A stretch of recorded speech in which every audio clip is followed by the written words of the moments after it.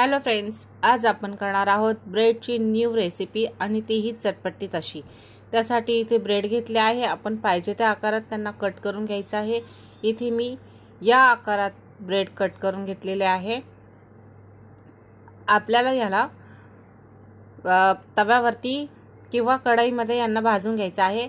मी कढईमध्ये थोडंसं तेल टाकलेलं आहे। त्याच्यामध्ये ब्रेडचे सर्व तुकडे टाकून आपल्याला छान कलर चेंज होईपर्यंत भाजून घ्यायचे आहेत।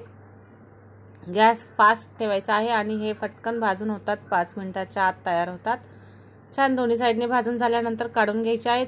पुन्हा त्याच कढईमध्ये थोडंसं तेल टाकायचं आहे। फोडणीसाठी मोहरी टाकलेली आहे। त्यानंतर बारीक चिरलेला कांदा आणि लसूण टाकलेला आहे। कांदा आणि लसूण छान फ्राय करून घ्यायचा आहे। त्यानंतर आपण त्याच्यामध्ये टाकणार आहोत टोमॅटो। आपल्या घरामध्ये ज्या भाज्या उपलब्ध असतील त्या भाज्या टाकायच्या आहे। इथे मी कांदा, टोमॅटो, फरसबी आणि शिमला मिरची वापरलेली आहे। कांदा आणि टोमॅटो छान फ्राय झाल्यानंतर त्यामध्ये चवीनुसार मीठ टाकलेलं आहे। 2 मिनिटं झाकण ठेवायचं आहे।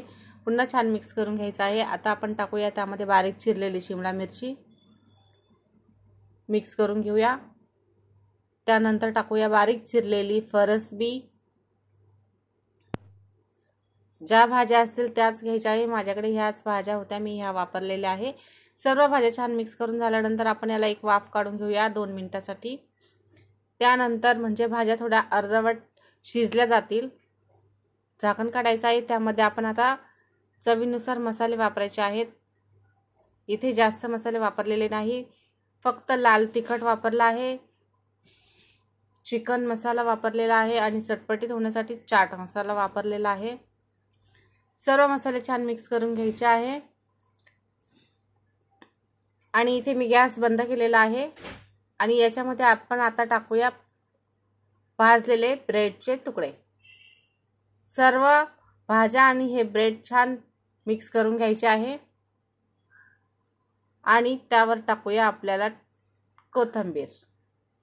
बघा किती छान दिसत आहे। आपली डिश खाण्यासाठी तयार झाली आहे। अगदी छोट्या भुकेसाठी किंवा मुलं अभ्यास करत असेल तर त्यांच्यासाठी टाइमपास म्हणून छान अशी डिश तयार। Thank you.